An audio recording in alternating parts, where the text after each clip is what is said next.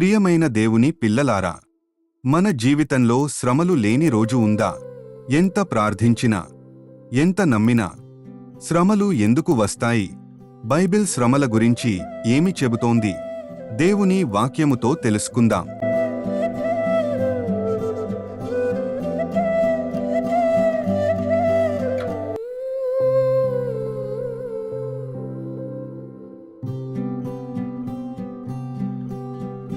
శ్రమల కారణం.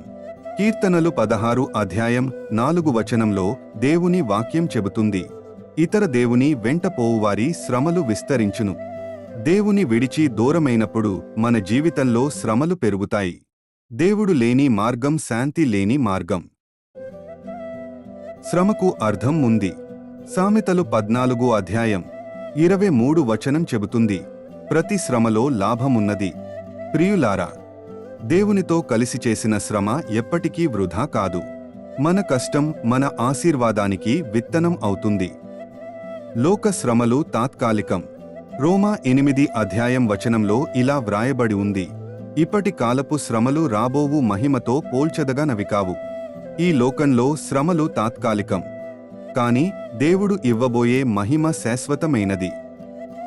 విశ్వాసుల శ్రమ. హెబ్రీయులు 10 అధ్యాయం 32 వచనం చెబుతుంది, మీరు అనేక శ్రమలతో కూడిన పోరాటము సహించినారు.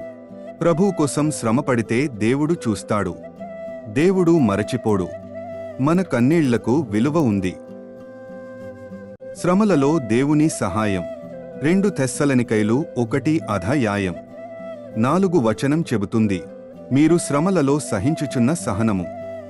శ్రమలు మనల్ని బలహీనుల్ని చేయవు, విశ్వాసంలో బలవంతుల్ని చేస్తాయి.